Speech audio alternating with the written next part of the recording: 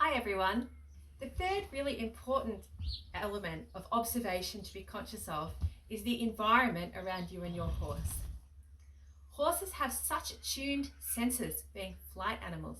Their eyes, nostrils and ears are so much bigger than ours, and their volume of skin is so much greater also. So they're really attuned to any changes in the environment, often long before we are, or changes that we don't even know are happening. We've all experienced those times when a change in the environment causes our horse to grow seemingly 2 hands taller and our eyes to go out on stalks. I'm not always sure what that's in response to, but I rate that there is something there in the environment that the horses are reacting to or as a result of.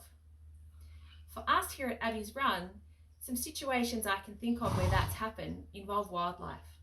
So we've had our attention drawn to kangaroos in the back paddock, echidnas crossing paddocks, a goanna up a tree that caused quite a bit of attention from the horses in the paddock.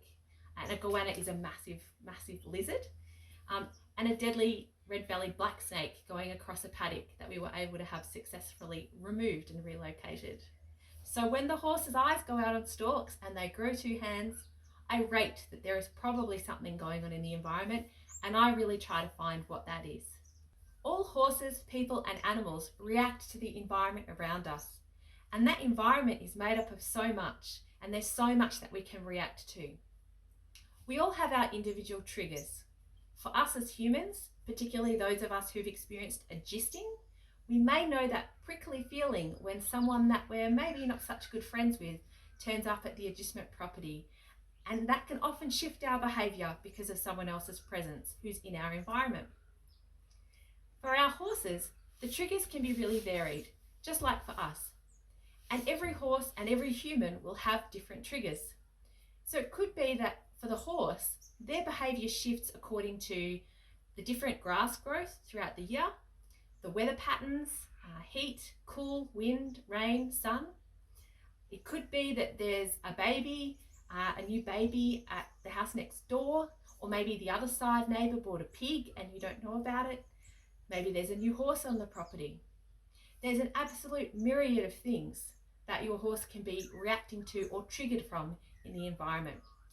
And yep, those triggers are different for everyone.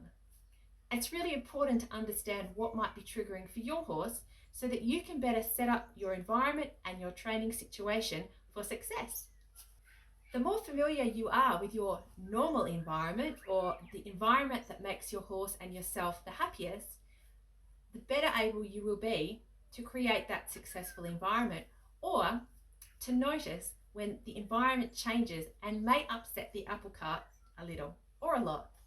I invite you to bring a greater level of observation into the environment around you and your horse.